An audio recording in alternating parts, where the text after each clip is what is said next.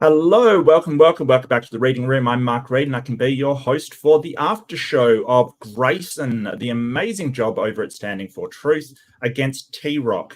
And it's Monday night for you guys, so it's a Monday night fight night. Getting in there, I love it. But I only caught the sort of I think about halfway through to the end kind of thing. So I do apologize. I was up late, and I'm in casual mode at the moment. This is spur of the moment. That's why I'm in my hoodie. Yeah, no, I'm in my hoodie. It's cold, so Is that a yeah, sloth hoodie? Yeah, absolutely. That's Don't so judge me. I'm not Don't judging. I was not being sarcastic. I do think it's awesome. It looks comfy. Hoodies are amazing. Like this thing is just amazing. Like it's my sloth hoodie. Well, my wife got it for me, so I have to love it. But I do love it anyway. It keeps me so warm. So yeah. Don't judge me on my hoodie, please. But Grayson, fantastic. And welcome, Doc. We will be putting the link up in a little bit. I just want to get Grayson's sort of input on what he thought and Doc's input, because you were definitely there at the time, Doc. Of course. I'll just be sitting. Yeah, well, it was really interesting. So it was originally scheduled for Friday. It's just I didn't really get back home in time for it. I didn't get back right on Friday. So I had to push it to Monday. And it almost didn't happen because of Donnie's internet issues that he's having. But I'm happy that it happened. I'm happy that we didn't have to push it again till later in the week. So for everyone that doesn't want to view the debate on Standing for Truth, I probably will be uploading it onto my channel tomorrow. So, I'll maybe a little bit of spoilers will be had in this conversation, but not too many. So you can check it out on my channel tomorrow. But overall, I felt like maybe I'll just start it with a little bit of self-criticism on me, because I feel like maybe I should have made the points stronger against TRock, or maybe explained why.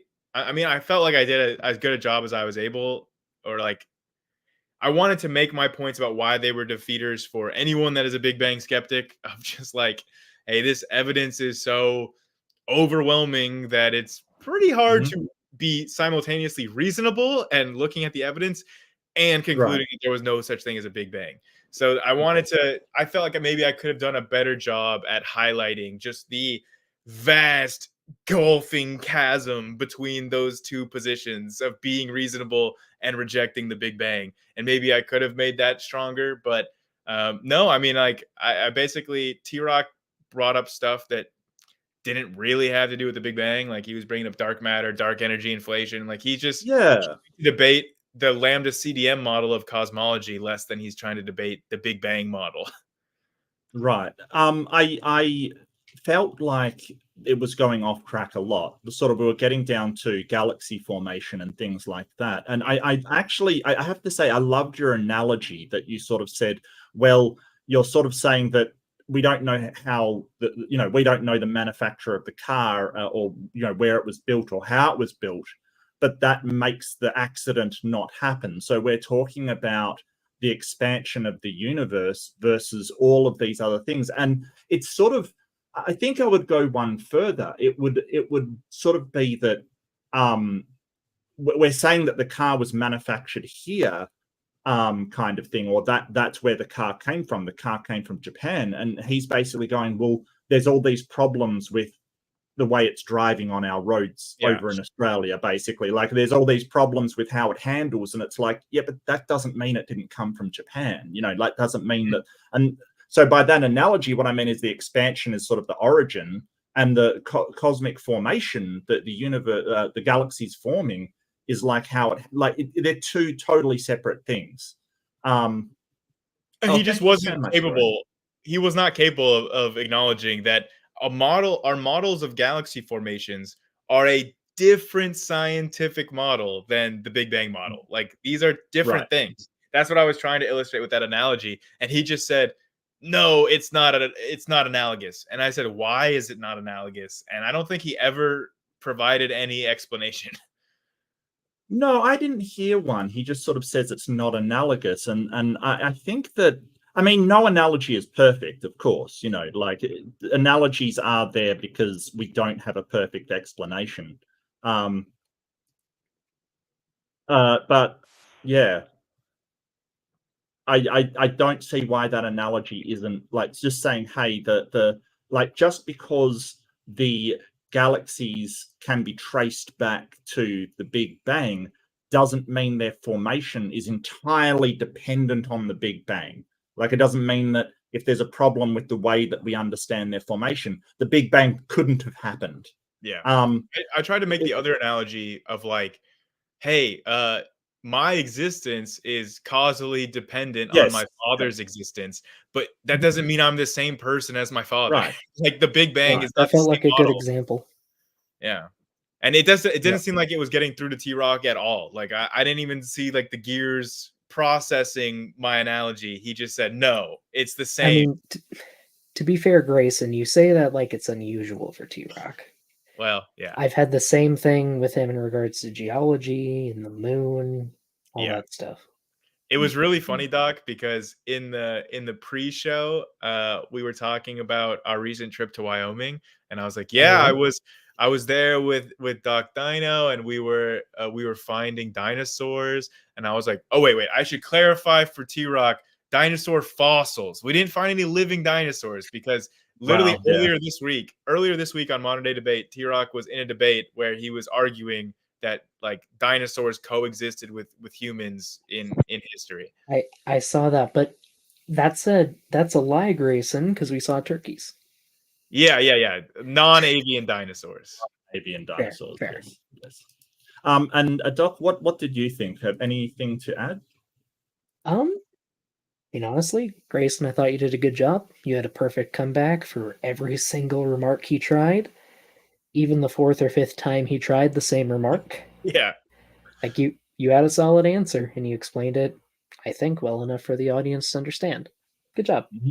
Thanks, Doc. Because you're how would you characterize your knowledge of like the subject material? Because I was trying to make sure that what I was saying was like accessible for like people that haven't taken a cosmology course. I was trying to make sure that it was digestible and people like I wasn't just like losing the whole audience in jargon. I mean, like my knowledge of physics in general is, well, physics, astrophysics, cosmology, all that stuff is high school level, maybe early undergrad. Yeah. Like Mine isn't fantastic. But that's I'm the a thing. physical science. But we're not focused. pointing. I would never point to my own knowledge for this kind of stuff. I would have to point to people who spend their lives studying this. You know, like why would we sort of go to a priest or some kind of other interpretation of physics instead of a physicist? I don't understand why we would do that. Exactly. I think Andrew was on first, so I might go to Andrew and get your opinions. I think Andrew was there for the whole debate too. So yep, yeah, absolutely. I was there for most of it. Yeah, thanks for having me on, Mark, and thanks for hosting this. I kind of need to probably rant about a few of these issues like Grayson after that debate with TRock. Yeah, I think you did pretty good, Grayson. It on the last point you made there, it really seemed to bug a few people in the side chat, it seems, that you were using some jargon and terminology that they weren't familiar with. They were saying, "Oh, it's too complex," or these elitists. Well, they didn't use this exact phrasing, but these elite scientists are using all this technical jargon, and no one understands what they're saying, and they use that to hide behind all of what they're saying, etc. So, it seems like many of them didn't want to hear what you were actually trying to say, but that's just my opinion. That's kind of to be expected from SFT's side chat. Yeah, that's true. Yeah. Well, and the problem is, how do you explain those concepts accurately? Like, so there's science communication. There's sort of a dichotomy, a sort of balance between accuracy and understandability. Because if you go for 100% accuracy, unless you work in the field, no one's going to kind of understand what you're talking about, right? Unless you're actually familiar with the field. But if you go for understandability, then the accuracy has to drop because technical language is formed for accuracy and not understandability. So I think he did a great balancing act between them. But, you know, obviously Well, my education in sort of cosmology may be higher than those people there. So it is good to think, well, maybe we should be tweaking what we say to the lowest common denominator kind of thing. Might be food for thought. I just don't know if you could tweak it low enough for that line. Yeah. Well, no, I get what you're saying. It's just, yeah, I don't know. I think it's good feedback. I think that's really good feedback. No, I agree. I always try to walk that balance that you're saying. Like, that's always a conscious effort to try to explain things simply but accurately convey the ideas behind them that are very complex. So that's, I tried my best. Yeah. Dr. Spider, what did you have to say about the debate? Any thoughts, any feedback? Well, hey guys, hello. First time caller, first time listener. Just wanted to tune in and let you know, thank you very much for the after party. But yes, I seen that the guy's wheels were turning in his brain. I feel like, was starting to maybe possibly flail his hands back and forth. And because he was getting a little upset. And you know what? It's okay to admit that you don't understand something. You don't actually have to know the knowledge immediately. And that's okay. And so, even me, I don't know a lot of this stuff that, especially what that other guy was talking about, but at least I can admit it. And that's what we should be able to do, is calm down.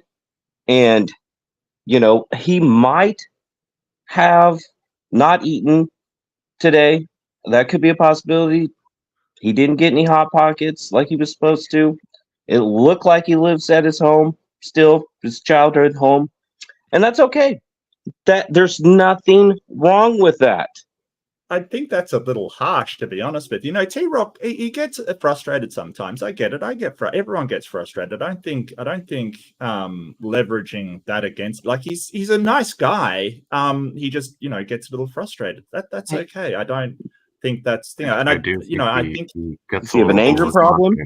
So. I mean, I think the thing with TRock is he gets emotionally invested in his own arguments, and he is very unwilling to change what he says. Oh, for sure. No matter how many times you correct him, he will continue to repeat the same thing, and he will not admit he is wrong. Very stubborn in that regard, yeah. Mm-hmm. Exactly. And he thinks that he has the correct answer. Like, if somebody else has something else, it's got to be incorrect. No, I would agree that Dr. Spider does bring up a good point. This is a mentality we should all be willing to live by, that, hey, we should admit when we don't know something, or if we're just wrong about something. Like, it's not like it's hard to do sometimes, because we're all human. We have our innate biases, but. Well, I think science is good at that, because we were talking, during the debate, we're talking about how the early galaxy formation doesn't seem to follow what we thought. Instead of just going, well, no, it does, and just ignore the evidence, we have to roll with the evidence that we were wrong about how early galaxy formation started. But as Grayson points out, that doesn't nullify the Big Bang kind of thing. I don't want to be harsh with you, Dr. Spider. It's just I feel like you're sort of reading way more into TRock than I don't know if he lives at home. I don't see how that's pertinent to his I said there was nothing wrong with that. Yeah, but I don't get how that's pertinent at all. Well, I'm just saying that it kind of I feel like that he was starting to maybe get a little aggressive, childish. He wanted to flail his arms because he's confused. He doesn't understand. He hasn't seen the world, the universe. He's kind of stuck. The guy that he was debating. That guy seems like he's kind of got it together a little bit more cool, clear, and collective. Going to keep he was even questioning himself. Maybe I should have actually argued with him a little bit more. Maybe I should have dug in and made the show exciting. No, you did great, dude. Thank you.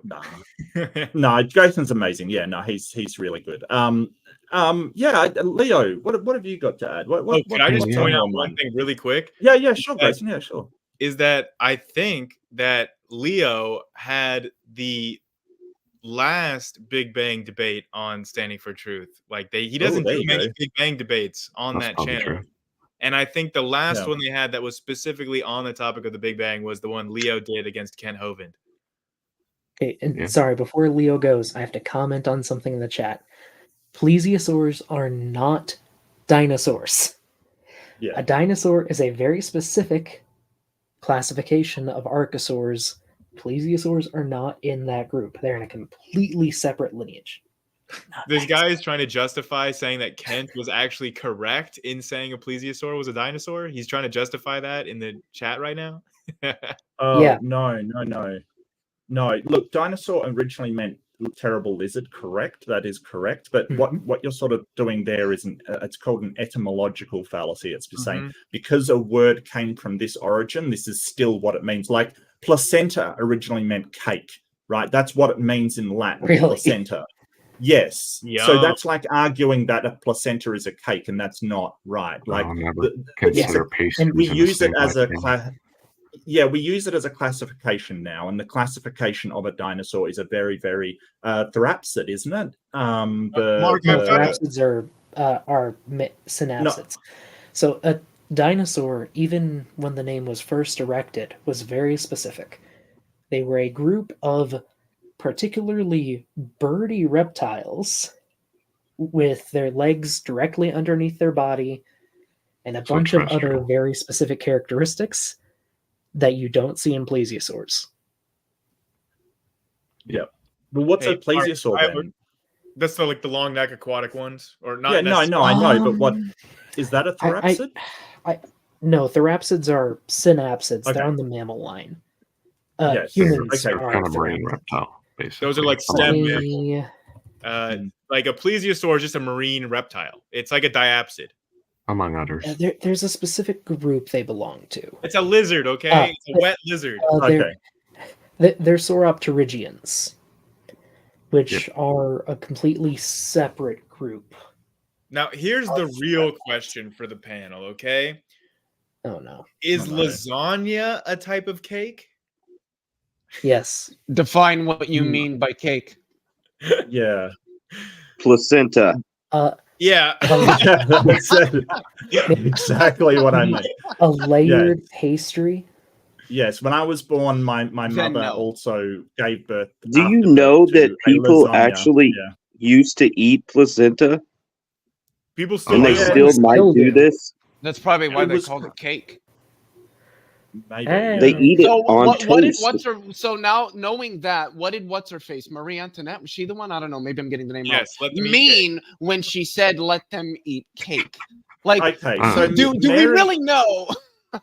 Mary Antoinette was done dirty because the word she actually used wasn't cake. She was referring to a rich French bread, which kind of is translated into English as cake, but it's not actually cake. It's kind of like a sweet bread kind of thing. Yeah. So she was actually trying to say let them eat bread, but it got mistranslated into cake kind of thing. So her heart was in the right place. It's just that was the word that she would use because she'd been eating sweet bread all her life and not, normal bread that we're used to. So wow, Mark Reed, Marie Antoinette apologist.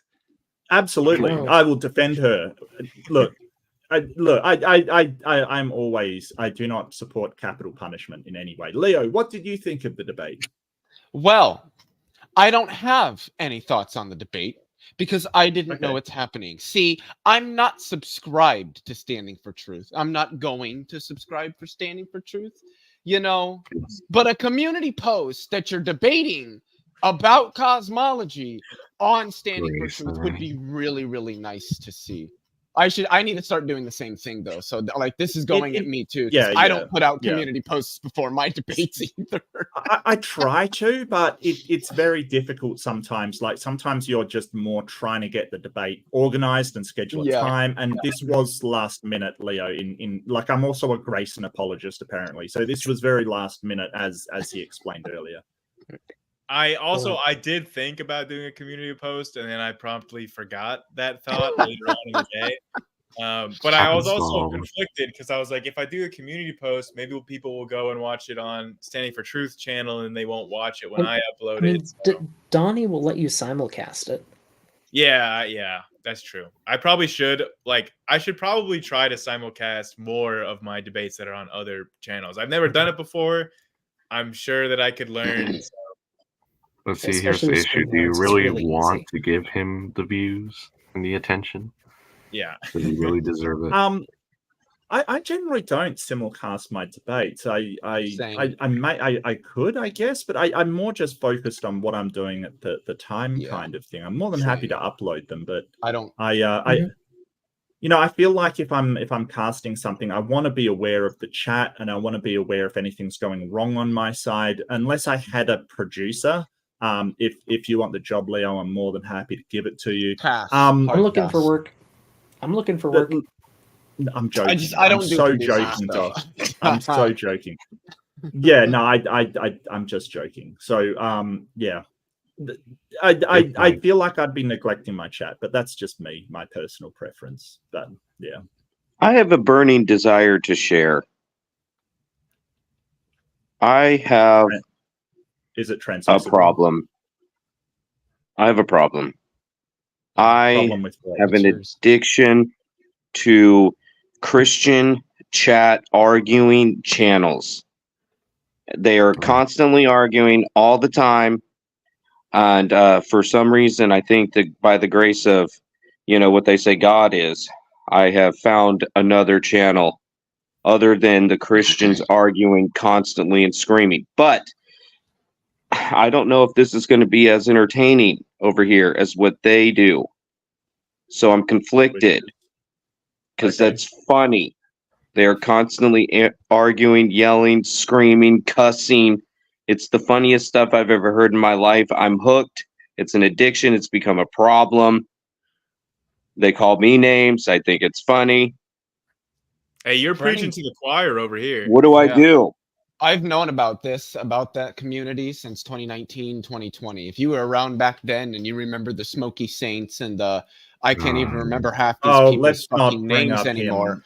Like that. Oh my God. It was fucking DEFCON, I swear, every night for these people on their streams and in their chats. So was this during COVID? Toxic. Yeah. And it's weird that Praise was sort of co-hosting it. I've seen him someone was telling me there was the reason. They go off swearing. When I'm an Australian and I'm swearing less than them, there's a problem. That's a problem. So the reason why Praise was co-moderating was because Donnie's internet was so bad. He was saying it was cutting out every hour. So he wanted to get Praise there for because he did end up dropping at one point. And his internet connection wasn't any better. Look, I know. It's not their fault. It's not their fault. The funny thing is that Praise's internet connection was actually kind of worse than Donnie's. So right.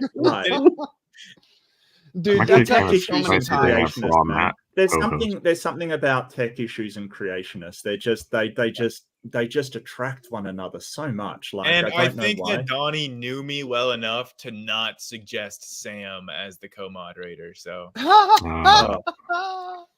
I think that was a godsmack for Praise. That was a good choice for all of us, at least. See, I like engaging with Sam because he's so aggressive. It's just so much fun because you can really get him going, and you just watch him just start rolling down the hill, and it's just the most entertaining thing. Well, we have our differences, Leo. See, I prefer to talk to people who actually know what they're discussing. Oh, so do I, but I like to have fun every now and then too.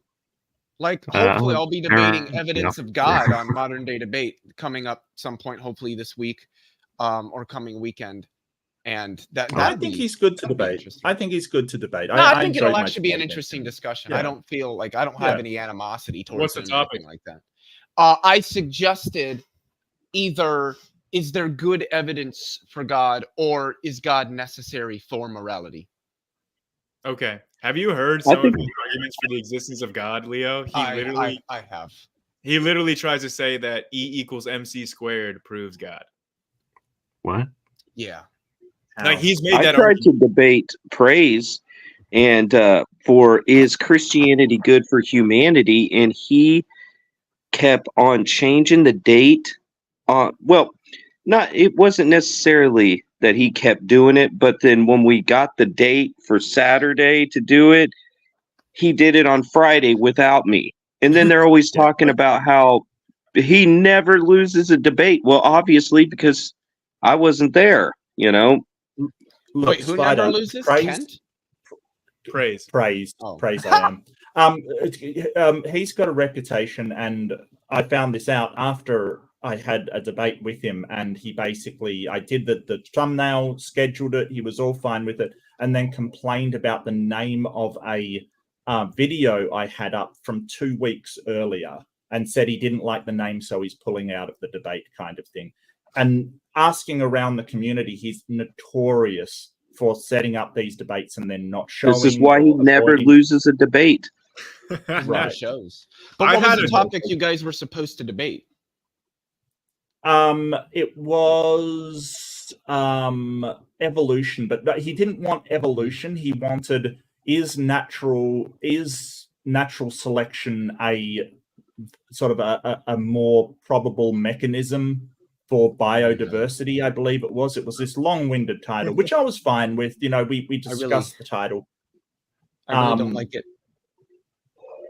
Finish? You really don't like it? I was going to say, I really don't like it when people describe natural selection as a mechanism. I don't think it's a mechanism. I think it's a set of mechanisms that we like collectively describe as natural selection, given the results of what happens with life as these mechanisms continue through time. That's just a pedantic point. Is that not? I'm not even sure I got the title right, but the whole point is that you know, I don't get too worked up about the title kind of thing. I don't. If someone wants to win a debate on semantics in the title, then good luck to you. You know, I don't think it comes across. I'm more interested in the discussion kind of thing. Do you remember the name? I've had a debate in the pre-planning stages with Praise for like over a year.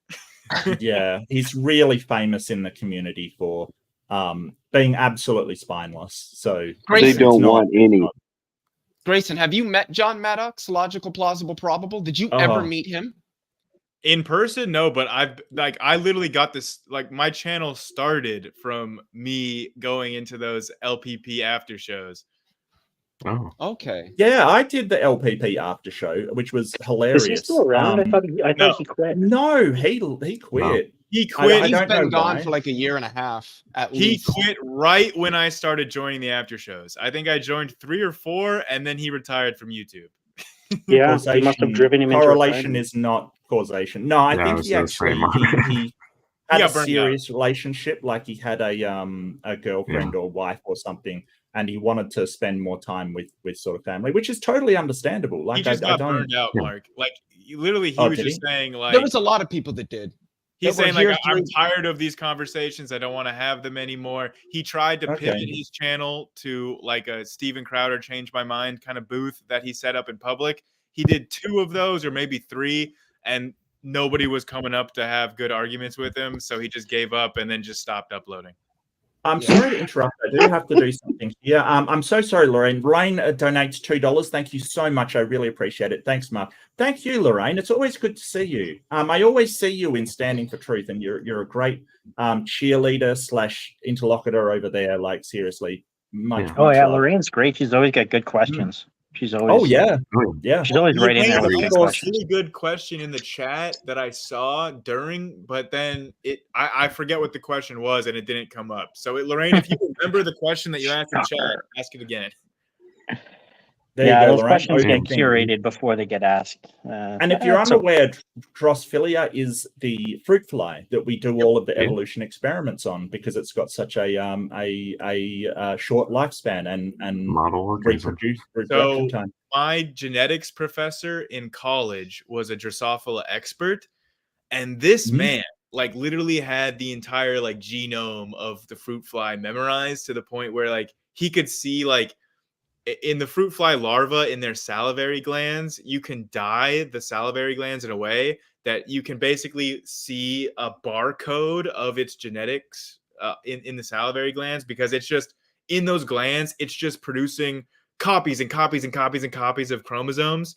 So like you can dye it and it looks like a barcode, and he could read this freaking barcode to where, like, if you're like, where are the genes for its wings? And he'll be like, right there. And he like knows in the barcode like where all the genes for the fruit fly is. Like, that is just such a niche level of expertise. Like, you're telling me life doesn't have a coder, a designer? Get out of here. Oh my God. You get out of here. But yeah, I mean, this man literally like eat, breathe, like that's insane. Everything that fruit really flies. is. He breathes fruit, eating fruit flies, breathing fruit flies. He literally had a joke that was so good that SNL tried to steal it from him. But like a former one of his students said the joke to an SNL writer or something, and they called him and were like, "Hey, like, this is Saturday Night Live. Like, we just want to know, can we use your joke about fruit flies?" And he said, "No." And he told them they couldn't. What are your credentials, sir? And the joke was so bad. It was like such a dad joke, but he told it in class. It was so funny. Like, he would just go in and be like, "Time's fun when you're having flies." Wow. Oh my terrible. God. You know what? He was doing them a favor when he refused that. That's Elon Musk levels of humor right there. Mr. Anderson, so good to see you. And I said to you in the chat, we've got to schedule something. I'm sorry, I've been very busy, and I know we're supposed to reschedule. And I really don't worry about it. Don't worry about it. We're both busy people. Yeah. But what did you think? You were there. You saw the engagement. What were your thoughts on it? You know what, Grayson? A lot of good stuff. A lot of good stuff there. I think you should be happy with that performance. I think that your knowledge of the subject area came through like really, really loud and clear. Yeah. And like, you know, when he said, my favorite moment of the debate was when he's like, it's just so sort of a thing, you know, and you pick the number, and you pick the number that makes your theory work. And you were like, here's a graph, and this is the area where this measurement, we could pick any number in this area. For this measurement, we can pick any number in this area. For this measurement, we can pick any number in this area. But in order for it to correspond to all of them, you have to pick one where all four of these things intersect. And that gives you like this tiny little area right here. So you can pick any number in that area. And he was like, let's talk about something else. Let's talk about something else. Like, very rapidly moved on. And I was like, damn, man, that was a good moment. I was looking at the chat a little bit after that moment, and I literally saw people be like, "Oh, he's just got drawings on paper." Like, so like, oh my God, the Kent Hovind brain rot. Oh man, honestly, I thought that moment was so strong that like my criticism of you would be like, you know, stand on that. Like, you should have stalled there and just like sat on that and just savored like how bad, like having that actual diagram like in your back pocket to just like and just slap him around with was just beautiful. Just like, it made my heart, you know, grow 3 sizes that day. Thank you, Mr. Anderson. That was I agree with you that I afterwards, I feel like I should have held him to some of the points like better, like, because we talked about so many different things. Yeah. I wanted to make sure we were talking about everything he brought up in his intro, that we just sort of like, I didn't hold his feet to the fire on any one. Yeah. You like, if somebody is really paying close attention, you beat him very, very badly. But if somebody was not paying very close attention and didn't like follow all the nuance, then it sort of just slid by, right? Yeah, it was just like a back and forth. It was just so like, if I was going to criticize you, and I am, I would say like there was so much good there, you needed less of it. Like less content, slow it down, right? Like probably like, although I did enjoy the thing about the James Webb Space Telescope and like, you know, the galaxies and like the way that they were unique and stuff. And there was some benefit to pulling it up because it, you know, allowed you to counter his like James Lyle, you know, bullshit prediction. I probably would have like just saved that as a back pocket thing to slap him with if he brought it up, and just focused exclusively on your graph and just slow down and settle. Mr. Anderson, can you slow it down? Can you slow it down? You're telling him to slow it down. We need you to slow it down a little bit, bud, so I can understand. Oh, sorry, man. I was Sorry, picking bud. up what Mr. Anderson was throwing down, and I totally actually agree with that. I feel like I was sort of bringing up too many points from the very get-go with that intro, and I probably did not need to bring up that stuff about the most distant galaxies. Because It was afterwards I was looking fascinating at stuff. Yeah. I was looking at it. My opening was like 15 minutes. I was like, oh man, that was way longer than I thought. So I did have too much information, I think. Yeah, I but think like it was you kind of really did demonstrate. inevitable because sorry. Go ahead. All right, I would say that it was probably inevitable because it is kind of one of the standard creationist arguments now based on the JWST results. Yeah. That's kind of their gotcha at the moment.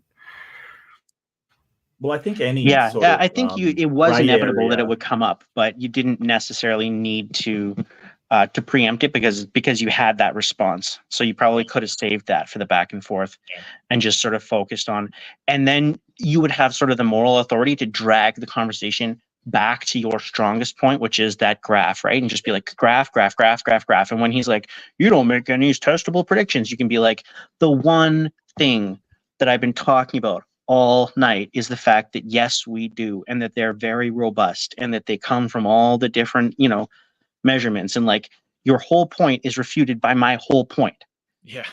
And he just really like didn't want to go to that diagram. He really did not want to go there. Like, you said, okay, I've got this diagram that shows you how these are, and he's like, oh well, do we have to? And it's like, what What was the diagram? I don't know what you're supposed to do about that. It was just the power spectrum of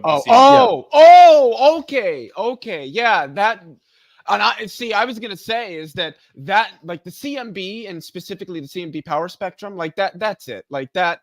And I know people don't like this word, but this word can have many different meanings in many different contexts. The CMB and a lot of the auxiliary data surrounding the CMB is effective proof that the universe originated. Well, not originated, but very early in history was hot and dense.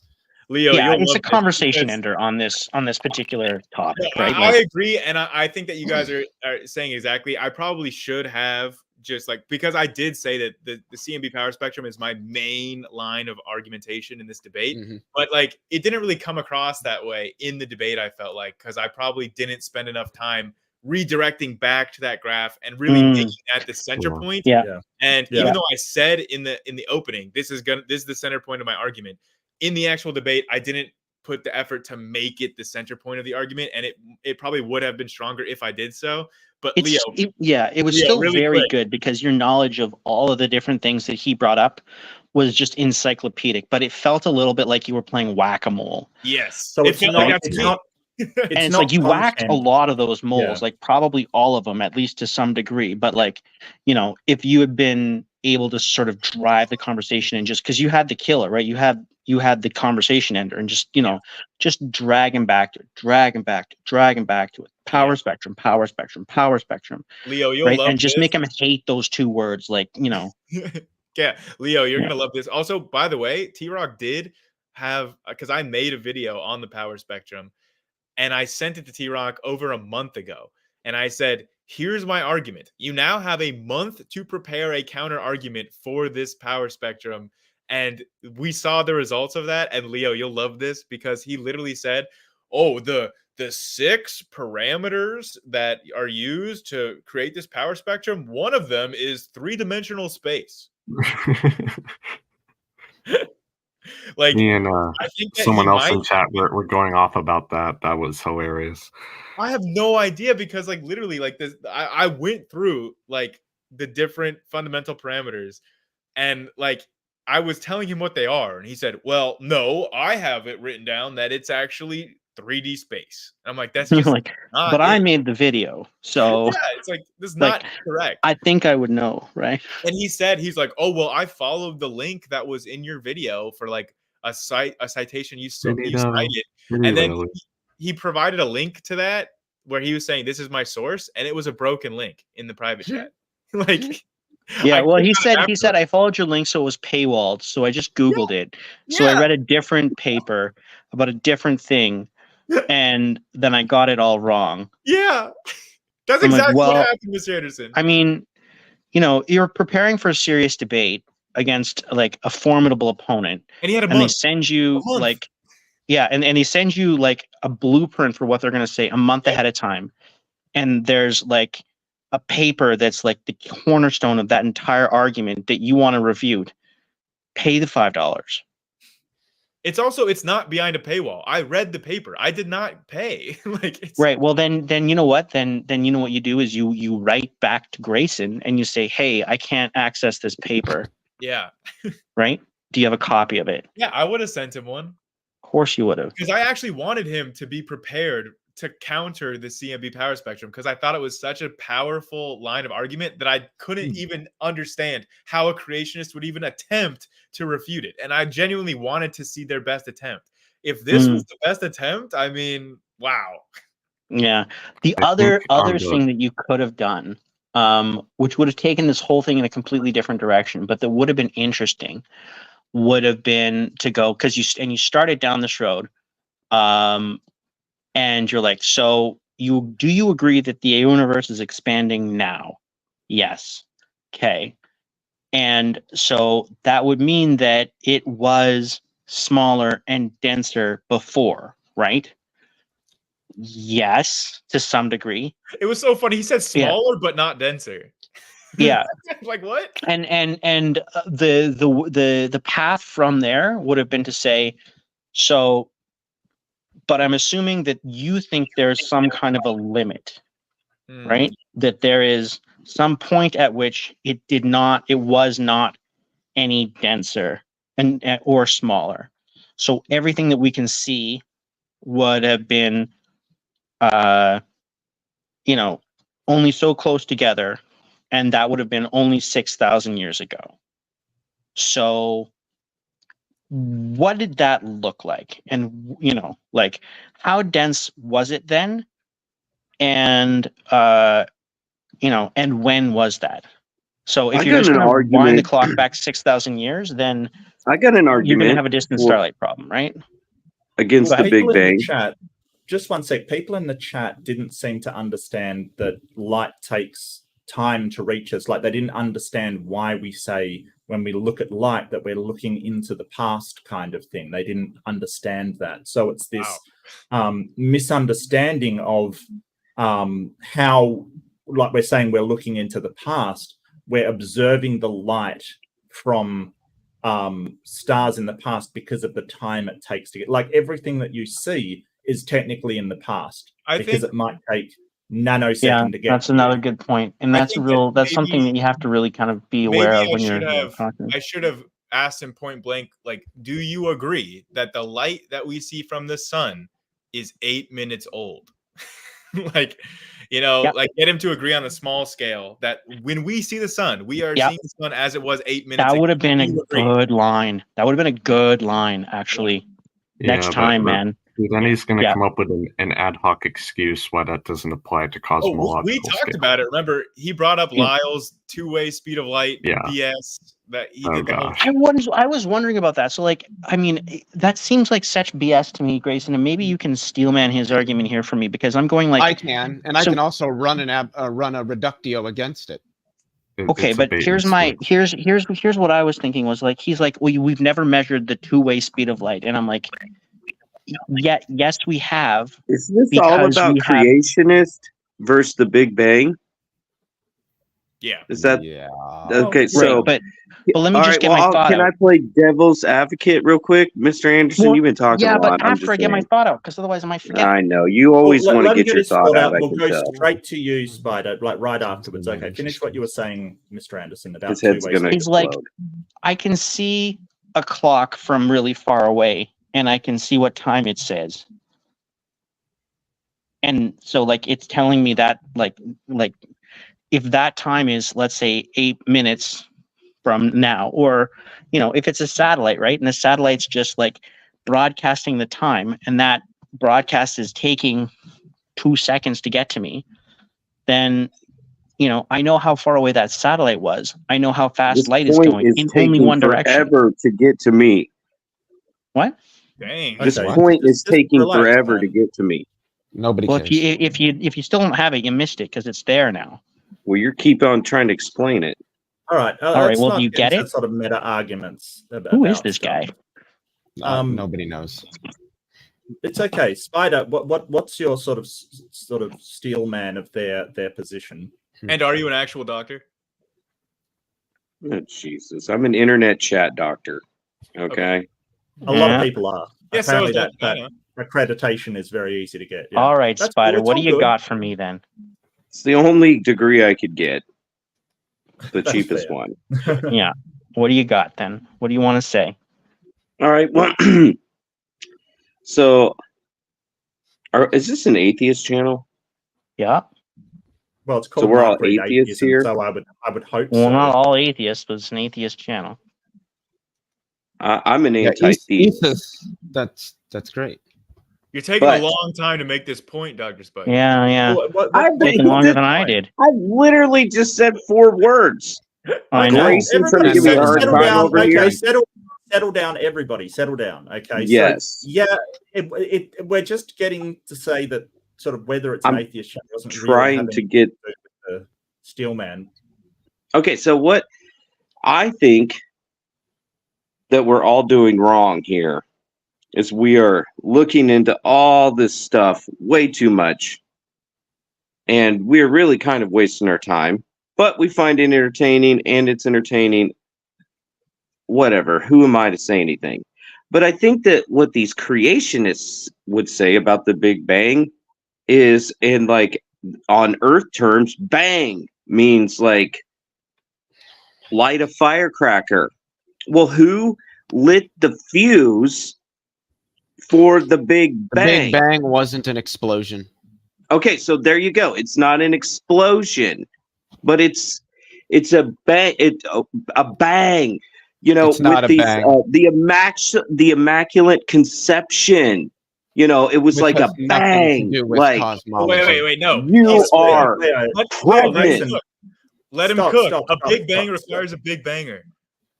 Right. So the question would be that I'd answer to that is, who says it's a who? Why does it have to be a who? Well, I'm just saying that it's all ridiculous to argue about. Well, some of us don't think so. Well, I mean, you don't Obviously. have to argue about it. It's not It's, some, you know, it's a Well, if you want to be ridiculous, stay. If you don't, that's cool. So what I don't know why you're is- here. you're to call us is you know, I honestly was started to kind of think, you know, maybe I could like, you know, change I my don't life by just going and debating people, and maybe I could make money from that. Is that what people are really doing with all this debating stuff? Because Some of there's them. never an end. Do you think we're all making money? Yeah, Really? we're not making much money. No. I'm asking, are you trying to? Because No. I No, would not say that's great. Well, I'm Because trying to have there's fun. tons of people doing it. like, we're- you might we're as well arguing- ask, Some people make hang on a some money, sec, sure. Dr. Spider, you might as well ask, like, why do people play chess, or why do people go mountain biking? Like, No, what's the point of it all? You're never I would gonna... say no, the no, reason hold on. why they play chess. No. It's a friendly competition. No. No, look, Spider, like, it's just what we enjoy doing. That's enough. And like, it gets us thinking about stuff, so we expand our brains. It's like, why do I play computer games? Because I find it fun. Why do I debate about this stuff? Because I find it fun. That's your answer. I don't have to explain myself to you. I don't have to justify why I find something fun. You know, I'm not asking you why does coming into and creating arguments in chat rooms fun for you? That's obviously what you find fun. Well, I'm having fun, so we're all doing the same Yeah. thing. I know. I was just trying to All figure it right. out, you know. Are we just having That's- fun, or are we just Yeah. or are we trying We're to be having a discussion, and now I don't know where the fuck we're at. somebody Right, yeah. important? Can we go back to the two-way speed Yeah, of light? welcome I to kind of wanted to page 2, share I Spider. would like to. I Thank kind of you. wanted to share Yeah, go my ahead, Leo. reductio with that, because I Yeah. actually did a video Sure. on it. So the whole idea is that, well, because of relativity and the difference that you get between two clocks when you move them, because motion affects how you measure time, you can't ever actually synchronize two clocks that you've moved away from each other. So you wouldn't ever be able to take, like, say, a photon and shoot it from one detector with one clock to the other detector with the other clock, just from one to the other and know how fast light went because the clocks are not synchronized. So what you'd have to do is you'd have to take, and that's the one-way, quote unquote, speed of light, as they call it. So what you'd have to do is take it from detector 1, send it to detector 2, and then send it back to detector 1, which is the quote unquote two-way speed of light. And so what Jason Lyle's whole point is that when it moves initially from detector 1 to detector 2, that could be at infinite speed or whatever, and then coming back from detector 2 to detector 1, it moves at like half the speed of light, and it's supposed to cancel out. That sounds like scripture. And the thing is that number one, this is only conventional, like it doesn't actually change the actual physics of light and how it moves. It's merely a mathematical convention. Right. But the thing is that when he gives this argument, he must assume the truth of special relativity, or his whole clock synchronization thing falls apart. That's a result of special relativity. And guess what special relativity has as it's one of its fundamental postulates? The speed of light is constant. So he is assuming in his argument the truth of the thing he's trying to prove false. Reductio ad absurdum. Wow, well, you are really passionate. Yeah, so I'm just going to remove you, Dr. Sputter. Really, you're just disrupting everything, and I think you're doing it on purpose. So thanks for coming, and have a good day.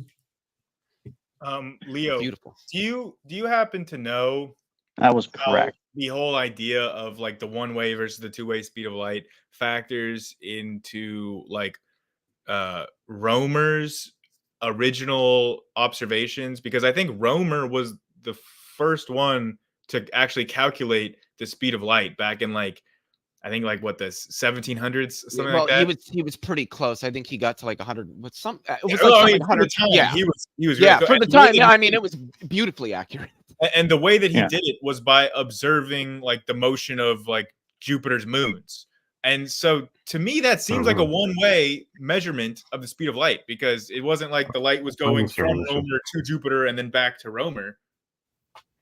Honestly, I really don't know. I kind of just ignore all the older ways these people measured the speed of light, because I kind of just focus on, you know, how we know its speed to be electromagnetism. C is equal to the, I think, what is it? The square root of 1 over epsilon naught mu naught. So the speed of light is itself a result of the structure of an electromagnetic field. Well, for light specifically, its speed is restricted by the structure of an electromagnetic field in the vacuum of space. And I think for gluons, it's the same, but with the gluon field. It's just like the permittivity and the permeability of space gives you the speed of light. Yeah. The speed that electromagnetic radiation will move through an electromagnetic field in the vacuum of space. Yeah. And I think, don't quote me, but I think it's kind of similar math there, because gluons also travel at the speed of light. They're massless particles. And I think that it's the same with the gluon field in the vacuum of space-time as well. And then naturally, gravitational waves are in the vacuum of space-time. So they effectively, physically, necessarily move at the speed of light. Yep. The speed of light, you must remember, is a restriction given by space-time, not by light itself. It merely applies to light, and that was the first thing that we found that it applies to. Yep. Well, I'd also like to just give Isa an opportunity to chime in. I don't think I've sort of introduced Isa. So, Isa, do you have any thoughts on the debate or on the topic in general, or anything else at all? Dude. Was this Flat Earth? No, it was the Big Bang. No. Oh, Big Bang Theory. You know, it was really funny.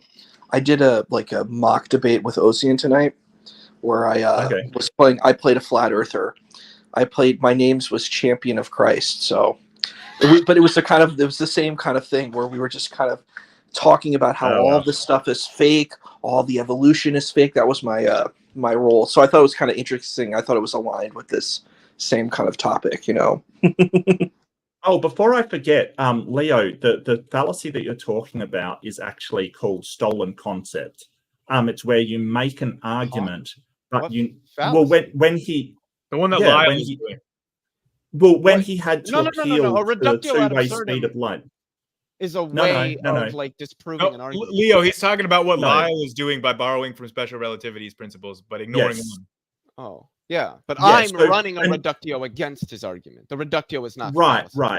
Okay. Yes, you're running a reductio. That's an argument, but the fallacy he's doing. I just remembered because I'd been reading about this recently, and that when it's still called stolen concept, and it's when if you're using the two-way speed of light, and that's part of general relativity, or special relativity. Which one is it? Special. Technically both. But special. Yeah. Special.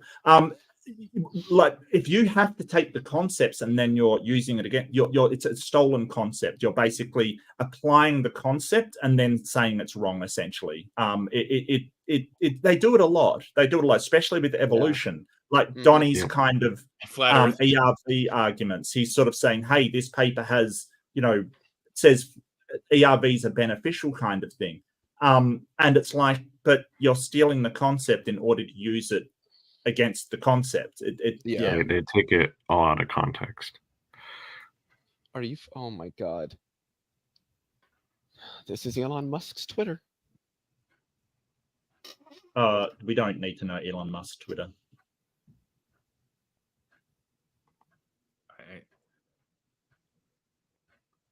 Oh no! Whoa. Oh yeah, no. dude. I'm so glad there's the readers added context. This channel does not endorse anything Elon Musk has to say, but that particularly, holy crap! So dude, my goodness, it's insane. It's absolutely. I will say on the topic of Lyle's argument, it always seemed like a bait and switch to me, because as Leo explained, he's correct that it's a mathematical convention, so it doesn't really matter what convention you're using because it gives you the same physical results. But it seems like he's then assuming that also applies when he takes that convention as like a physical manifestation of the way light behaves, like that. Oh, it's actually moving infinitely fast towards the Earth, and it's not going to matter the physical effects of that. Well, of course it matters, because it's no longer a mathematical convention at that point. I mean, and if the speed of light was not physically constant, pretty much all of relativistic quantum field theory, which collectively makes up some of the most well-confirmed and most accurate physical theories humans have ever developed about the world, completely wrong. And that's just the probability of that being the case is so fucking infinitesimally small that to believe that it could actualize, I would say, is just unreasonable. Yeah. Just have to interrupt you for a second. We've had a readerships coming through from Eric Wander. If I could find my thing, gifted 5 readerships. We have Lorraine Drosophila, nice shot. Titan Uranus, that's a great name. America Mayo, you are Victoria, and Michael, and some real champions in there. Titan, Lorraine, Marty, Victoria. Good shot, Eric. Robin would be proud. Robin is proud. Let's just say that. Thank you so much. Really appreciate it. Sorry, go ahead. I didn't mean to derail. No, you're fine. It's your channel, bud. Guys, I think it is getting a bit late for me. I've now been on stream for like 4 hours in total with the debate. So I think I am gonna dip out and relax for the rest of the night and go to bed. So thank you guys. I honestly do think that everybody here was offering like really, really good feedback for like future Big Bang debates that I will inevitably do, because I mean, Leo knows we've done Big Bang debates like as a team. Like I love this topic. That was fun. Yeah. And we didn't even bring up the power spectrum at all in our debate, but like in the future, I want to refine my use of the power spectrum as like my main argument to like crush these creationists with. So this is a good learning experience, and I'm gonna definitely a stepping stone. Yeah, exactly. So thanks guys for this after show. Mark, thank you so much for thanks, Grayson. Show too. Oh, my pleasure, mate. Like always a pleasure to have you on. Always. Yeah, and thanks. The debate was really good. I wish I'd actually known about it. I'm just going to echo what Leo says. No, it's fine. It's fine. Look, drop it in the Discord if you want. Speaking of which, I might be opening up a Discord soon. So maybe that helps him. But I'm never on Discord, so yeah. Well, let me just real. But I don't care about Leo, so you know that's let me just self-interested. That if you are like Mark and you haven't seen the whole debate and you want to go back and rewatch some of the debate, I will upload it to my channel tomorrow. If you don't want to give like SFT the view or whatever, it will be on my channel tomorrow for everyone to check out. I will link your channel. Give me 1 sec, and link his called Grayson.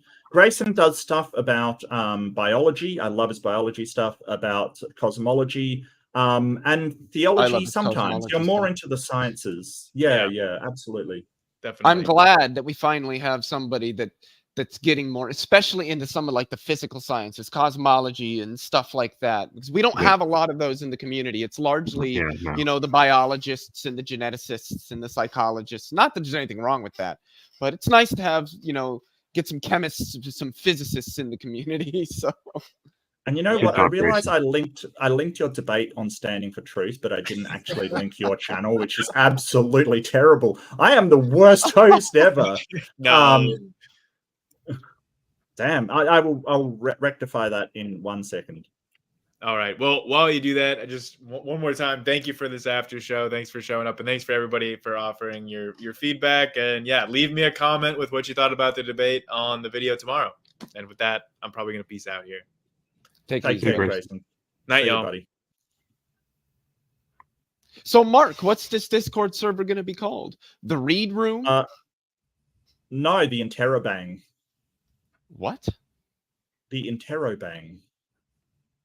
Do you know what an Interrobang is? No, it's probably some weird freak-ass Australian term.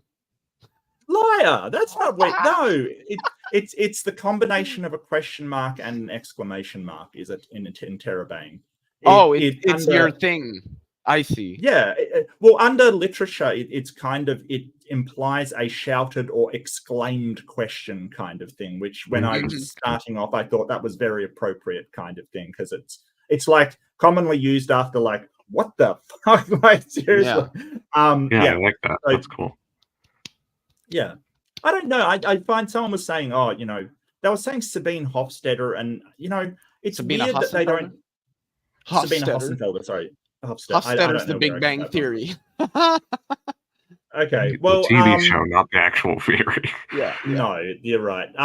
But I find it odd that they will like, and even people like flat earthers and things, they will jump all over Neil deGrasse Tyson and Sabine Hofstadter, and I find it so frustrating that they will only pick parts that they like from what they're saying. Like, they ignore everything else that she's got to say and just, oh, well, she said this one thing that calls into doubt this thing. And so it's like, but have you actually watched any of her other stuff? Have you actually listened to her on anything else whatsoever, apart from the one tiny thing that you agree with her on? I will say this might be a controversial opinion. I agree with what someone else put in the side chat, that she does make some good physics and cosmology videos, but she also speaks on other subjects. And so I think on those subjects in particular, and maybe on some of the other things she says, maybe just take it with a little grain of salt. Yeah, like her video on capitalism is absolute complete fucking trash. Like, it's so fucking bad. Oh, well, shit. I don't know why she's doing it. She doesn't really have I don't know. Well, she does talk about like some pop topics here and there, and something sprouted her making a video about capitalism, and it was like, I appreciate her. Like, she was genuine. I believe she was genuine in the video, and, like, you know, made it it was a good video in terms of how it's put together, production on stuff, but just really bad. Just really, really fucking bad. Well, I think anything defending capitalism is bad, because I think capitalism is bad. Okay. But that's a completely different subject. We don't have to talk about that now. Yeah. If I may speak to the original debate again, something I wanted to mention No, earlier, you may not. Oh. No, okay. I'm just fucking with you. I'm just fucking with you. Yeah. I feel like it seemed like when Grayson was bringing up the CMB power spectrum, well, I don't know if I heard it right, but like it seemed like TRock was trying to address the CMB by arguing that physicists, or some physicists, speak about space-time as a fabric, Therefore, as space expands, there would have been friction in the fabric leading to heat, and that would have caused the CMB somehow, which I've heard him what? comment to me before. It's just the craziest. What is I mean, I get his logic, like where he's going. Props for like trying, but no, absolutely not. Yeah. Yeah. So, I think that like that's right up there with Kent's moon bukkake theory kind of thing. That's the lunar bukkake. right. Yeah. Wasn't that That's free? I mean, like I'm a layperson. I can't do some of these calculations, but like if fundamentally you're challenging the scientific community or basically the scientific field here, and you just hand wave some of these things away or come up with these really bizarre ideas with nothing to back them up, and like, yeah, of course we're not going to take them seriously. Right. Well, the whole point is they're unfalsifiable. That's the problem. Yeah. Right. So if you're true. talking about like, and we can kind of falsify things like the craters on the moon being caused by rocks shot into the sky just by our understanding of physics. Like that is not in any way, but they sort of say, well, God caused it to happen, so it doesn't obey physics. And then you're in a position where it's completely unfalsifiable.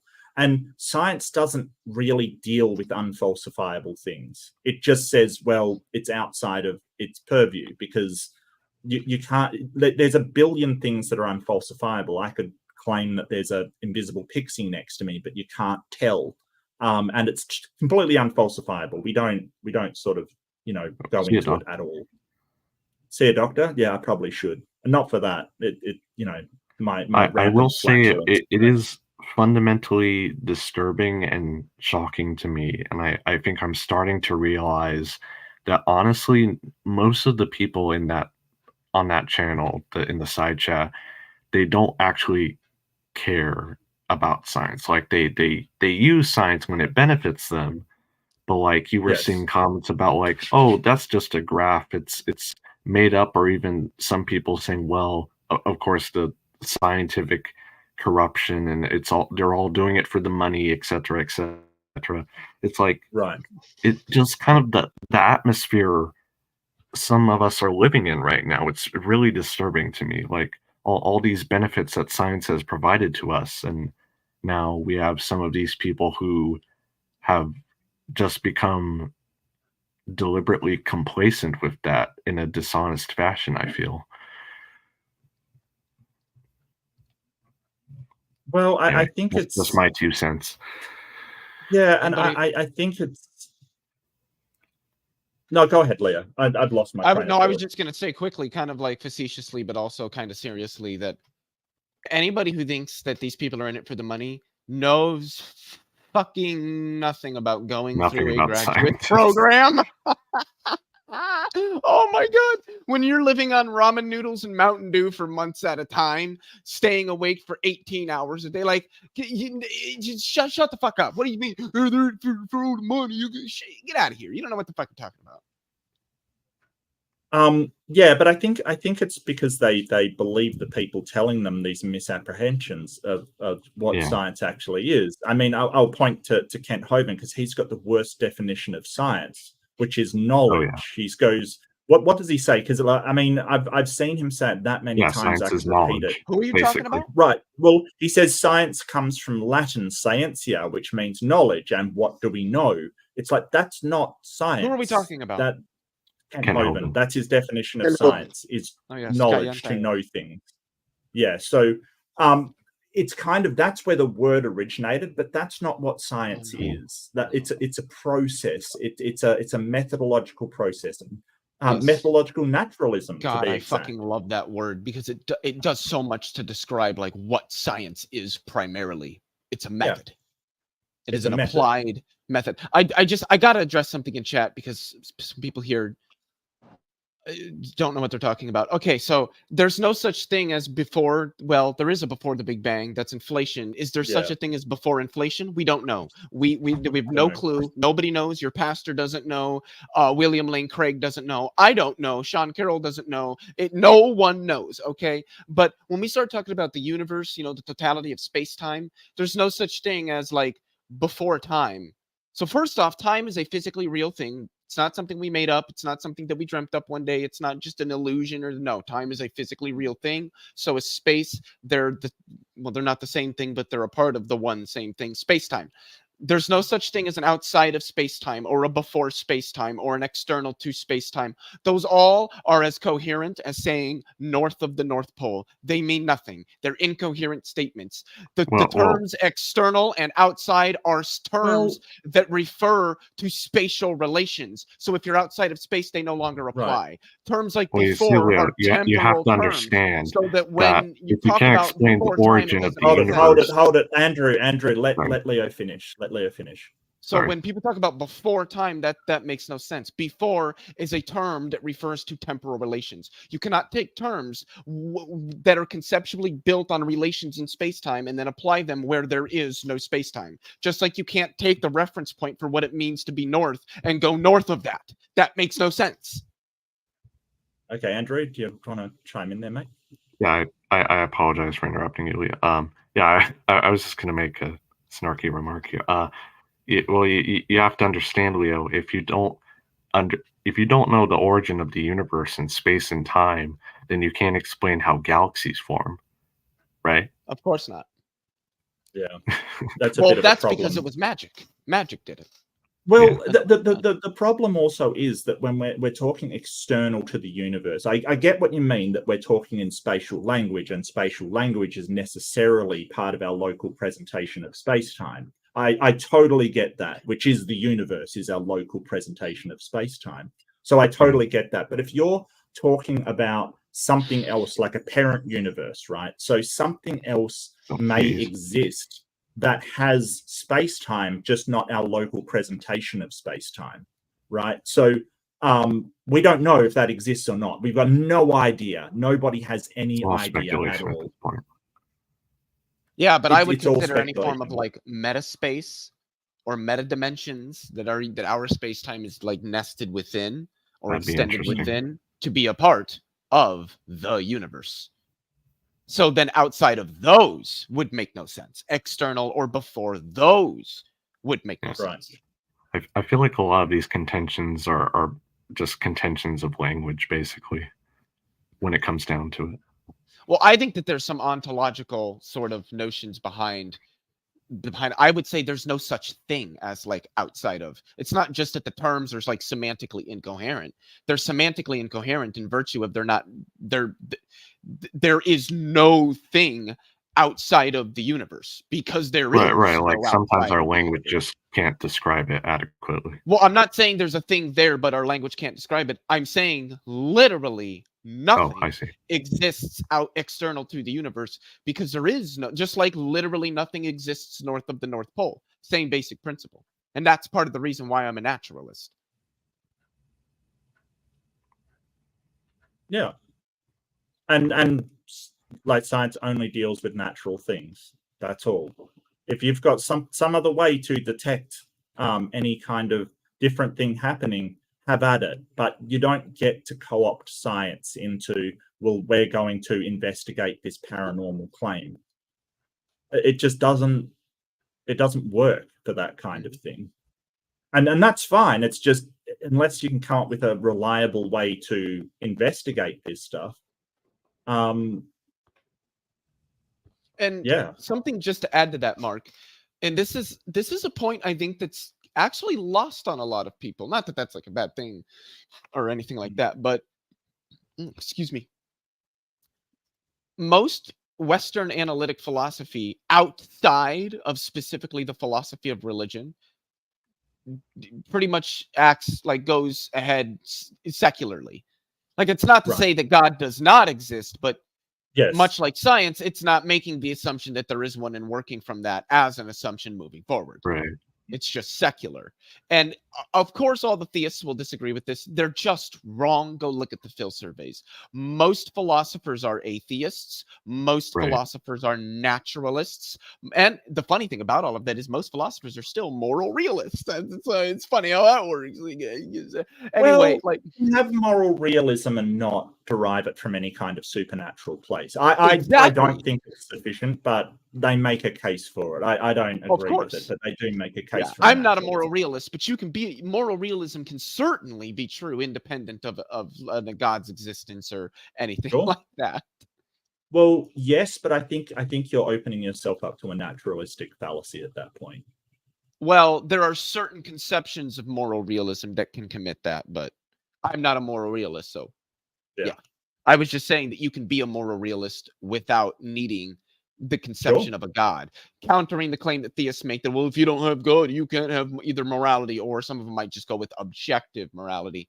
But either way, people don't understand what we're talking about. Moral realism is saying that morals are something that is fact, like independent of anybody's opinion or anybody's stance on the matter, or whether I think this or people think that. It's just something like a stone or like a physical thing that's objective, like it just is. Those moral anti-realists like Leo and I think that it is just a social construct that people make in order to have a cooperative society, essentially.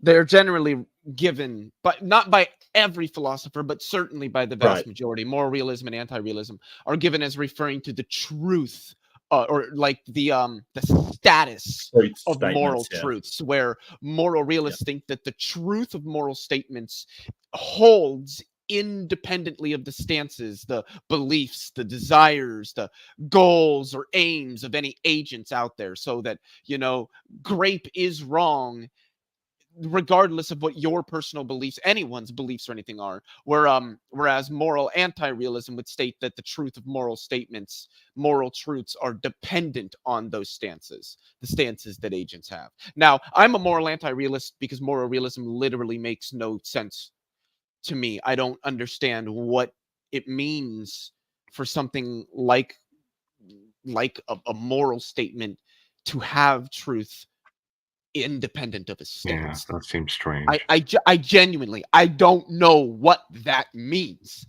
I cannot conceptualize something like that in my head for anything that is normative, not just specific. So even epistemic norms that we ought to proportion our beliefs to the evidence. I think that I'm an anti-realist about that. I am a broad normative anti-realist. I don't know what it means for these kinds of things to be true, independent of the stances that the agents that developed them have, based on their stances. So I can't make sense of it. So there's a little rant for the evening. Well, morning, I think. Afternoon. Compared to oh, sorry. No, go ahead. Or I was just curious, so compared, since we're talking about morality here, relative to other, I'm obviously not well versed in most theistic arguments for God, for the existence of God, but relative to things like the fine-tuning argument, etc., what do you think's the best, relatively speaking, argument for existence of God, and how does the morality argument that you were talking about kind of stack up in that list? So I'll answer the second question first. The moral argument it's bad. It is not a good argument. It's down there with the ontological argument. These are not good arguments. And that's why there's a lot of apologists, sort of the new age apologists, people like Kenny Pierce, people like Randall Rouser, people like Josh Rasmussen. These people don't really run moral arguments. Maybe they believe in them, but they don't really run a lot of moral or ontological arguments. It's a lot of cosmological and fine-tuning arguments. Right. So I don't really think there's a meaningful standard by which I could judge the best theistic argument, but I would say that fine-tuning arguments, usually of the Bayesian kind, and certain modal fucking god damn it, contingency, Jesus, modal contingency arguments are probably going to be some of the hardest to overcome, I guess is the way that I would word it.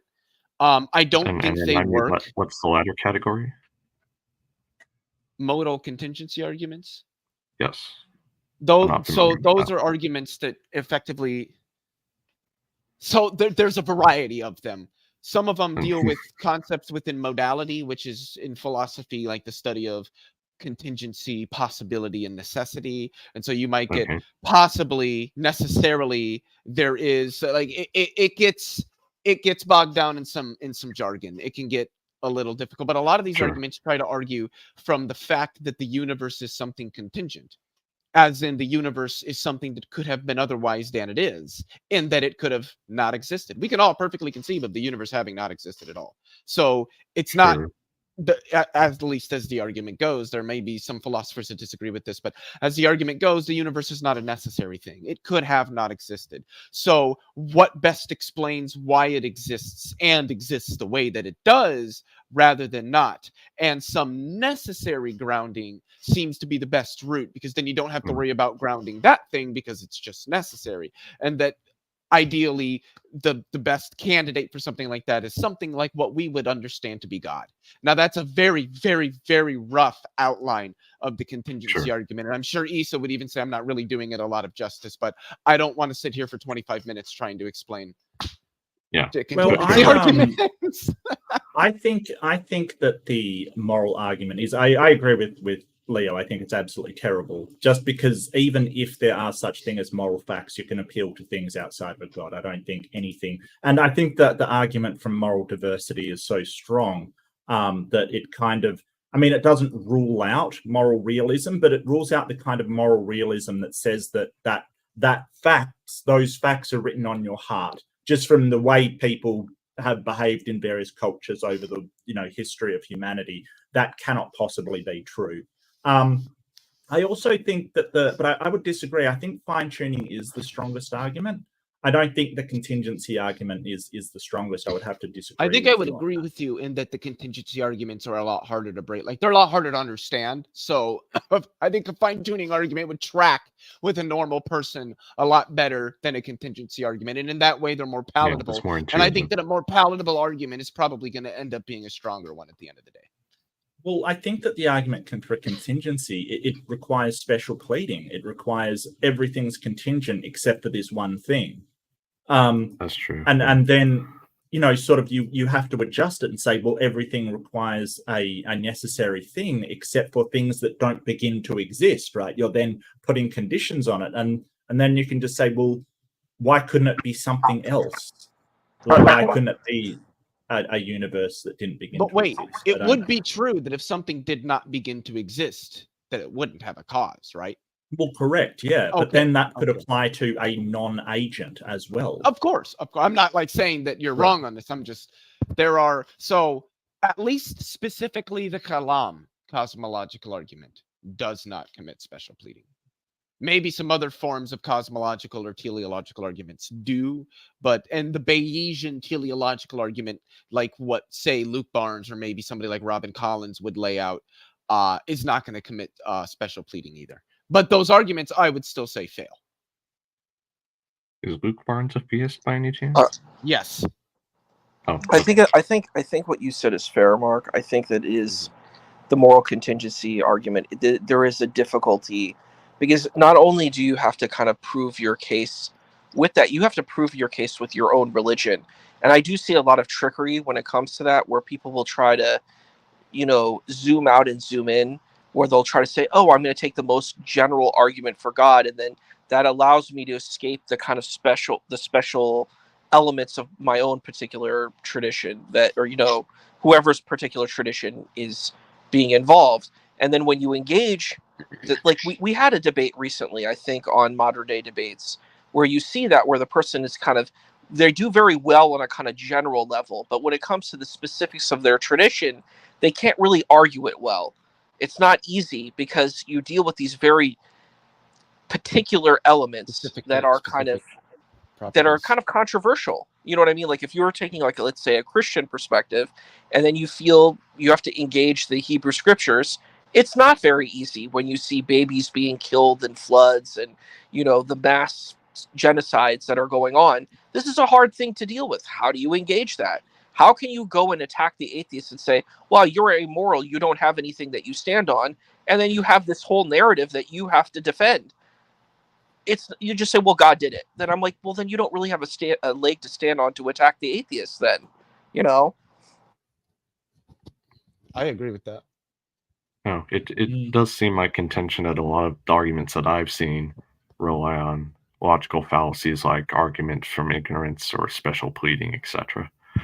Or incredulity, Yeah. Absolutely. A lot of it is incredulity. It is, well, a universe can't come from nothing. Well, A, it's a straw man, and B, it's an incredulity to say that. And the So- sad so- part about it is you I don't actually think the saw Kalam- some of those arguments in the side chat tonight. I Sorry. don't think the Kalam's structured in an incredulous way. In fact, I would say it's a logically valid instance of modus ponens. That doesn't make it a yes. sound argument, but But the Kalam, I mean, what's the conclusion of the Kalam? It doesn't have God anywhere in the. Well, I but mean, do you have if to wanna remember, William it's Lane much Craig like a it up a bit. contingency argument. It's a stage 1 and Well, a stage 2. I'm So missing stage one. 1 gets you to a beginning of the universe and a requirement for a cause, and then stage 2 gets you through a conceptual analysis of what kind of cause the universe would need to That's an agent possessing personhood. Now, you can disagree, much like me, with that stage 2 argument. I mean, but to say that it isn't there and that they don't make an attempt to go from beginning of the universe cause to God, I do think is not fair to the argument. Well, I think that William Lane Craig has done a real disservice to the Kalam, because he's the one that added all of these extra steps on the end to get you to a God. And I would disagree with his logic a lot in that second stage, where he's sort of saying, hey, if something created the universe, it has to be more like the effect has to be more powerful than the cause. The cause has to be more powerful than the effect. And I kind of disagree with that. I think that when we're talking about causes, you can have a catalyst, something that is that causes a change in state, but is not more powerful than the original thing. Like you add a match to dynamite, the cause is the match, but it doesn't mean that the match is more powerful than the dynamite. I think that doesn't follow in the slightest. I think it depends on what we mean by powerful here. Yeah. I feel like Craig is probably going to be using that in a more strictly metaphysical sense, in which what he's trying to say is that the cause... I hate using this fucking word so much because I don't even know what it means, but it's the word Craig uses, that a cause has to transcend its effect in a way that it has the power the sufficient power to instantiate the effect. Not that like the cause has to have more like energy or something like that. And I mean, I think there's a sense in which he's correct. Kind of depends on how you're analyzing causality. I wouldn't take his analysis, but then you've got a problem with knowing the amount of power it requires to instantiate a universe. Like, it may not just that require... you know how much, just that it's sufficient to produce the universe. Well, however that's much right. that may be. Yes, but the cause, like if the universe is in a different state, it could be the case that the cause can just be one quantum state change. Oh, of we course. don't know. Right. Yeah, I'm not disagreeing that the cause, I think that if inflation has some sort of cause, it's clearly not a god. It's going to be some pre-inflationary physics Well, no. we're probably far from understanding, but that's what I'm like. Don't get me wrong. I'm not saying that, that proves there's no God or whatever. What I'm questioning is how William Lane Craig knows how much power is required to instantiate a universe. I don't think he would say that he knows how much. I just think that he would say that whatever the cause is, whether it's a god or not, it has to possess the power sufficiently to instantiate the universe. How we quantify how much that is, who knows? No, I disagree, because he sums up his points in saying, so we're talking about a personal, powerful, so infinitely powerful God, basically. So I think he is saying like that the cause has to have, like, to say sufficient power to instantiate the universe, I don't see the cause. Like I'm saying, the cause can be less powerful than the effect that it causes. I don't see I mean, in why some that's sense, a yes. problem. Well, the way he's using it, Well, I think he's using powerful in more of like I said, a strictly metaphysical sense of the word power, like ability to instantiate or ability to cause. Because you can have certain things like a breeze that moves a cup, but doesn't have the power to knock it over. So I think that what he's getting at is that whatever the cause of the universe is, it wasn't like a wind that just moves the cup. It was a wind that was capable of knocking it over. And so you would need some level of sufficient power, which is probably, considering what the universe is, going to be some, whether by some mechanical means or through agential means, is going to be a relatively powerful entity of whatever sort that brings the universe into existence. Which is I I think that's possible. I think that's possible. I also think that it could be a wind that's strong enough to cause a chain of events that's powerful enough to knock the cup over. I think it could make a pencil roll, which unbalances something else, which unbalances something else. I think it could be a very small event that causes a cascade that causes the final result. Like we don't have to say that the original cause has to be all of it. We can say that, hey, that original cause can be a very small event. Yeah, so I disagree with William Lane Craig. But the wind would have to have sufficient power to move the pencil, though, wouldn't it? Sure. Exactly. Yeah. But I suppose that the problem also is that we're sort of talking comparatively speaking, because, I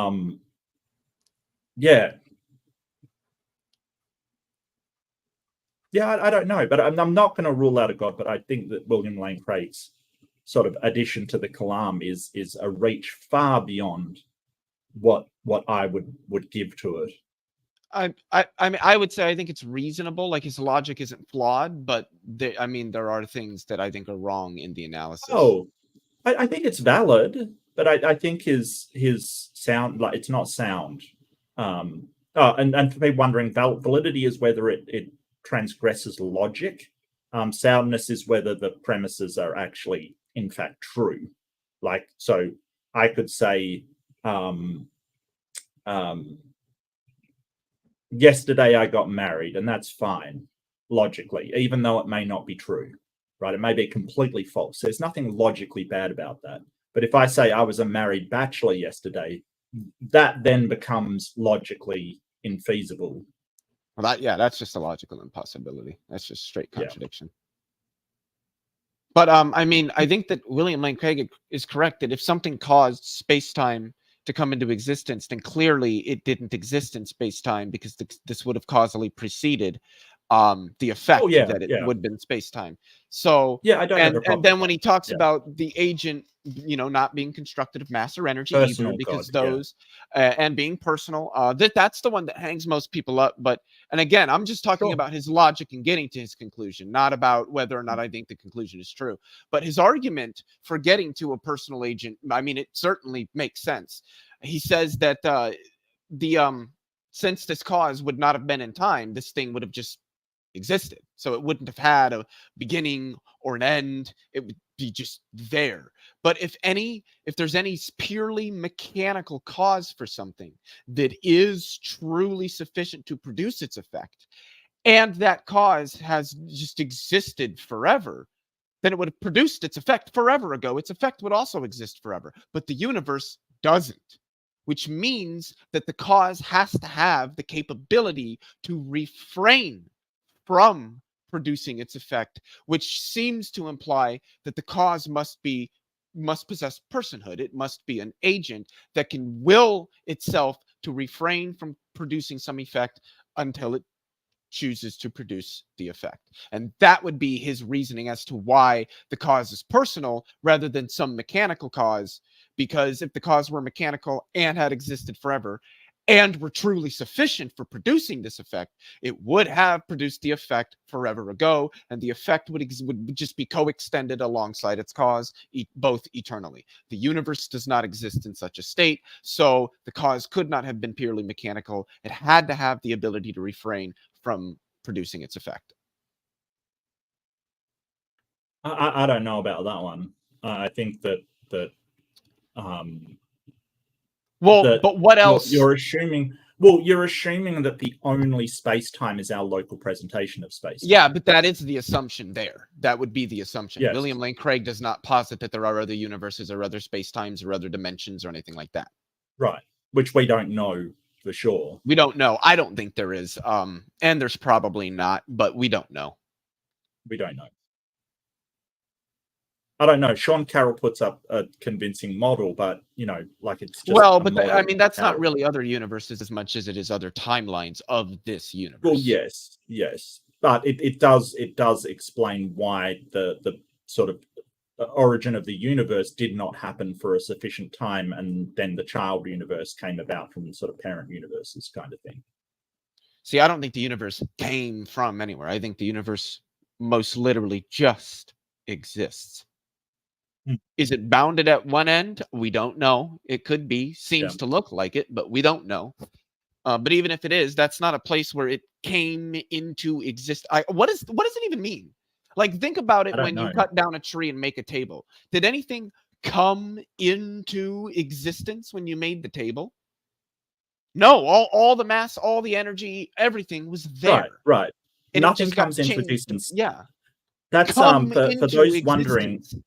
Yeah, so look up the ship of Theseus, right? It's kind of, if you replace all of the boards on a ship and the mast of the ship and the anchor over a long period of time, is it the same ship anymore? Things don't come into existence or end out of existence. And I've got a very similar one covering exactly this, Leo, that if you build a ship, when does that become a ship? When does the ship come into existence? Like, so you cut down the trees, you put the boards, is it a ship then? Is it a ship?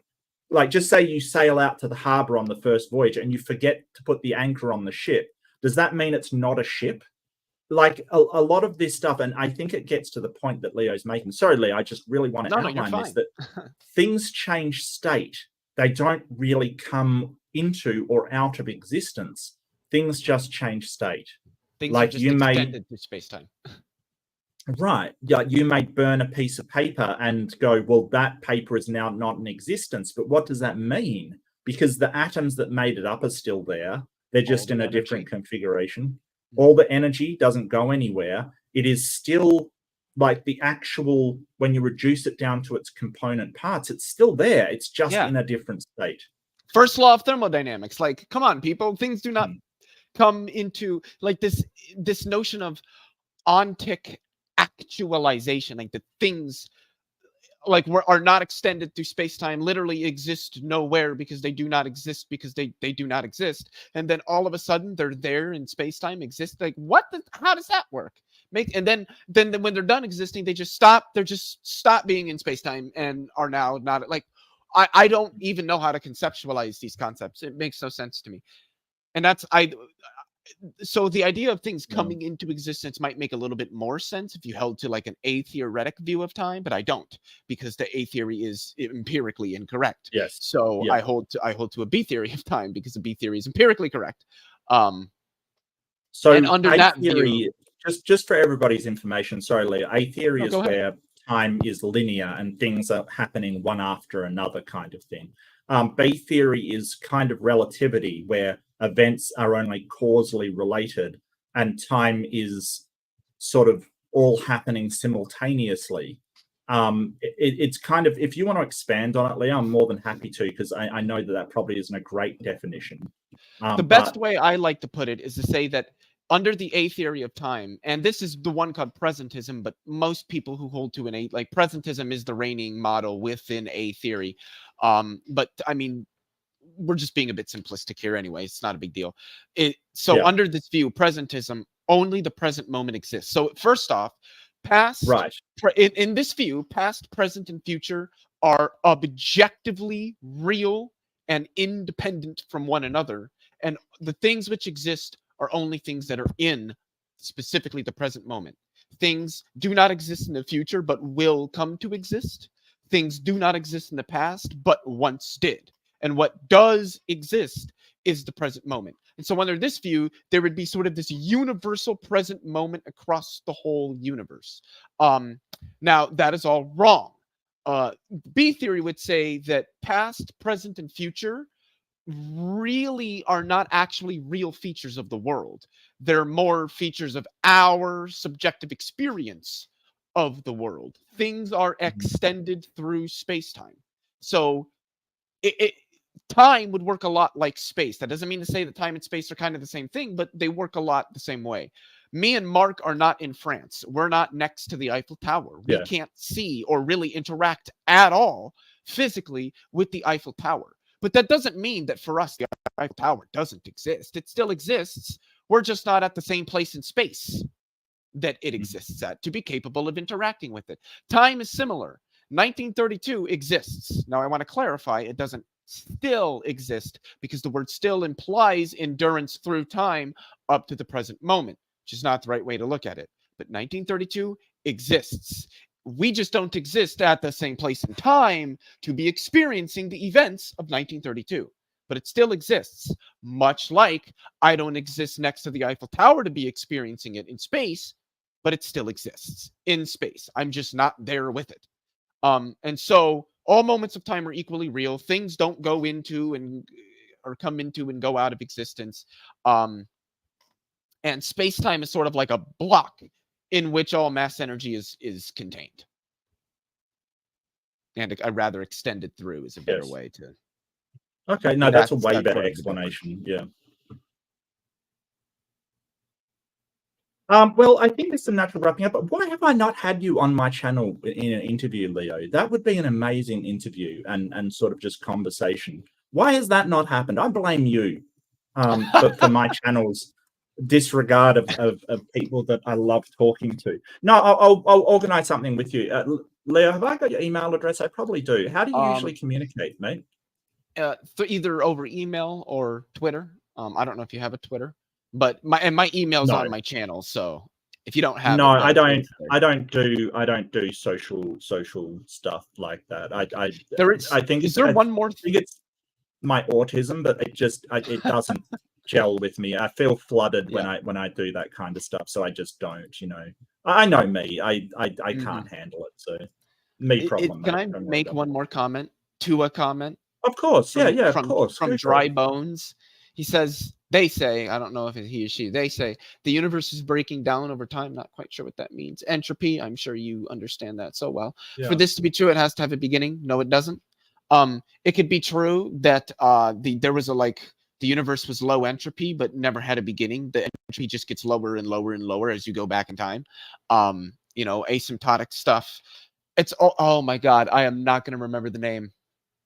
But there's a type of function that you can use, I think, in statistical mechanics. It's got a specific name named after like two people. I do not for the life of me remember it. I heard this from Dan Linford, who's a PhD. Does physics and philosophy of physics. That according to these functions, you can have a universe which eternally undergoes entropy, where it's always seeking some sort of thermodynamic minimum, but there isn't really a minimum for it to actually reach. It just continuously goes down. I really wish I understood the name of those functions, but I can't. So this idea that the universe has to have a beginning because of entropy is just straightforwardly not true according to modern physics. There's a variety of ways that you could avoid, or that you could still have a universe that's effectively eternal with something like a second law. So that just does not work. That's all I want to say. I think so it's kind of, when we talk about heat death as being the end of the universe, it's kind of not the end. It's kind of just with the point where the atoms are so far away that they can't interact with one another. So it's kind of, I think that like, and I dislike the word eternal. I dislike that word immensely. I think that eternal is sort of a problem word that sort of we talk about things being bit loaded. Yeah, a bit loaded. We really talk about things being temporal or atemporal. I dislike the word eternal kind of thing. But if you're looking at it that way, yeah, indefinite. That's way better. So if you're talking about, hey, it could be in heat death indefinitely, that's probably how I would describe it, right? Like it can be in that state forever, essentially. Yeah. Hold it. I gotcha, Missing Mod. That's Missing Mod's channel, Andrew, if you need it. Anybody else that's looking for Missing Mod's channel can grab it as well. She does music, she paints, she does all kinds of cool stuff. But yeah, I might wrap it up there and get going. But thank you, Leo. If you've got an email, I'll send you one if you just drop it in the private chat. I'm not sure if I have it or not, but I should. Yeah, I got it. Okay, fantastic. No, I got it. I'll shoot you an email and we'll organize something, whenever you can. That sounds awesome. But thanks for showing up as well, Isa. You probably I should interview as well at some point. I know I've got your email address, which is cool. But yeah, and I want to thank everybody who showed up. I want to thank you for coming to this after show.